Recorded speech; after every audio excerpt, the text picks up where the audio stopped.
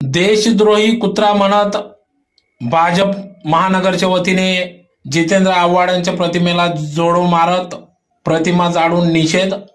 याबाबत वृत्त असे की महाड येथे मनुस्मृती विरोधात घोषणाबाजी करताना पोस्टरवर असलेले डॉक्टर बाबासाहेब आंबेडकर यांची प्रतिमा पाडून आमदार जितेंद्र आव्हाड यांनी बाबासाहेब आंबेडकर यांची अवहेलना केली असून आमदार आव्हाडांच्या या कृतीचा भाजपाच्या वतीने निषेध व्यक्त करण्यात आला।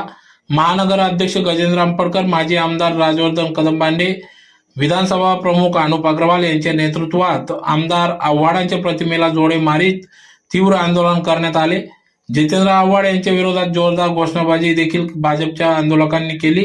या आंदोलनात प्रदेश ओबीसी मोर्चा उपाध्यक्ष हिरामनप्पा गौडी, ज्येष्ठ नेते विजय पाचापूरकर, माजी महापौर चंद्रकांत सोनार, प्रदीप करपे, माजी उपमहापौर सौ कल्याणीताई अंपडकर, ओमप्रकाश खंडेलवाल, यशवंत येवले